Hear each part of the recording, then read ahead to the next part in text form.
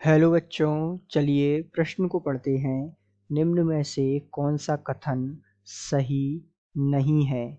आपको कथन दिए हुए हैं विकल्प के रूप में। विकल्प ए है ग्लूकोज एवं फ्रक्टोज दोनों मोनोसैकेराइड होते हैं। विकल्प बी है प्राकृतिक ग्लूकोज एवं फ्रक्टोज डी रूपों में होते हैं। विकल्प सी है डी ग्लूकोज एवं डी फ्रक्टोज के समान अणुओं वाला विलयन प्रतिलोमित शर्करा के रूप का पद होता है। और विकल्प डी है एल्डोहेक्सोज 2 की पावर 6 प्रकाशिक रूपों में पाया जाता है। तो आइए बच्चों, मुख्य अवधारणा को समझते हुए हम इस प्रश्न को हल करते हैं तथा सही विकल्प का चुनाव करते हैं और व्याख्या सहित इसके हल को समझते हुए जो है हम सही विकल्प तक पहुंचते हैं। तो सबसे पहले बात करते हैं हम मुख्य अवधारणा के रूप में विकल्प या जो कथन दिए हुए हैं उनके बारे में कुछ जानकारी एकत्रित करते हुए इस प्रश्न को हल करने के बारे में। तो यहाँ आपको विकल्प या कथन ए पढ़िए कि ग्लूकोज एवं फ्रक्टोज दोनों मोनोसैकेराइड होते हैं। जैसा कि हम जानते हैं ग्लूकोज जिसका सूत्र होता है C6H12O6। इसी प्रकार फ्रक्टोज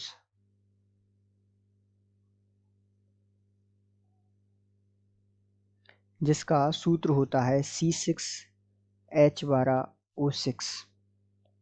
ये है जो दोनों हैं ये सामान्य रूप से मोनोसैकेराइड होते हैं,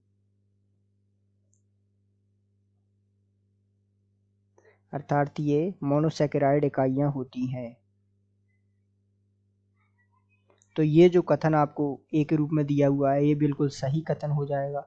इसी प्रकार बात करें विकल्प बी की कि प्राकृतिक ग्लूकोज एवं फ्रक्टोज डी रूपों में होते हैं, तो विकल्प बी भी जो आपको दिया हुआ है बिल्कुल सत्य है, क्योंकि प्राकृतिक ग्लूकोज एवं फ्रक्टोज डी रूपों में ही पाए जाते हैं। अर्थात यदि हम यहाँ उदाहरण द्वारा समझे तो क्या होता है कि डी ग्लूकोज का यदि हम सूत्र देखें तो किस प्रकार होता है, ध्यान दीजिएगा। यहाँ CHO, इसके साथ यहाँ कार्बन यहाँ जुड़ा हुआ होता है OH, और ये होता है यहाँ H। इस प्रकार ये कार्बन इसके साथ यहाँ H और यहाँ जुड़ा होता है ये OH समूह। इसी प्रकार यहाँ OH समूह जुड़ा हुआ होता है, यहाँ S समूह जुड़ा हुआ होता है इस कार्बन से, तथा इस कार्बन के साथ यहाँ OH समूह और यहाँ S समूह, और नीचे जुड़ा होता है CH2OH। तो ये कौन सा रूप है? डी ग्लूकोज है, अर्थात ये ग्लूकोज का डी ग्लूकोज रूप है। इसी प्रकार यदि हम बात करें एल ग्लूकोज की, तो एल ग्लूकोज का रूप क्या होगा? तो ये होता है, ध्यान दीजिएगा, इसका सूत्र होता है CHO, इस कार्बन के साथ यहाँ हाइड्रोजन, यहाँ OH समूह, इस कार्बन के साथ यहाँ OH, यहाँ S समूह। इसी प्रकार यहाँ जो है इस कार्बन के साथ ये S समूह और इधर जुड़ा होता है OH समूह, और यहाँ S समूह इधर जुड़ा हुआ होता है OH समूह, और नीचे CH2OH। तो ये एल ग्लूकोज होता है। तो प्राकृतिक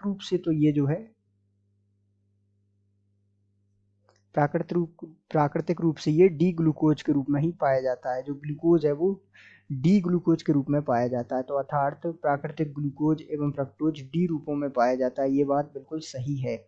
अब बात करते हैं सी विकल्प की। तो डी ग्लूकोज एवं डी फ्रक्टोज के समान अणुओं वाला विलयन प्रतिलोमित शर्करा के रूप का पद होता है। ये बात बिल्कुल सही है। डी ग्लूकोज एवं डी फ्रक्टोज मिलके जो है ये दोनों जो है मिलके क्या बनाते हैं? सुक्रोज।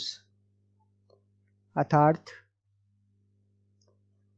डी ग्लूकोज एवं डी फ्रक्टोज मिलकर बनाते हैं सुक्रोज, जो कि एक प्रतिलोमित शर्करा होता है। तो ये भी कथन भी बिल्कुल सही हो जाएगा। अब बात करें विकल्प डी की कि एल्डोहेक्सोज 2 की पावर 6 प्रकाशिक रूपों में पाया जाता है। तो बात करें विकल्प डी में जो आपको कथन दिया हुआ है, ये जो कथन है कि एल्डोहेक्सोज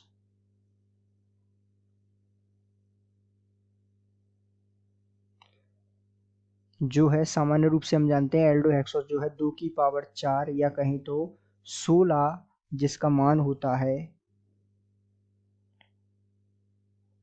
प्रकाशिक रूपों में पाया जाता है।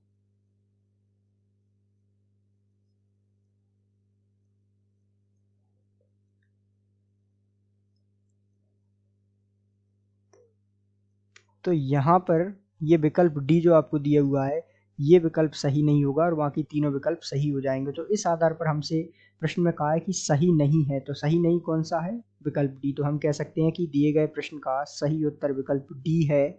आशा करते हैं आपको समझ आया होगा। धन्यवाद।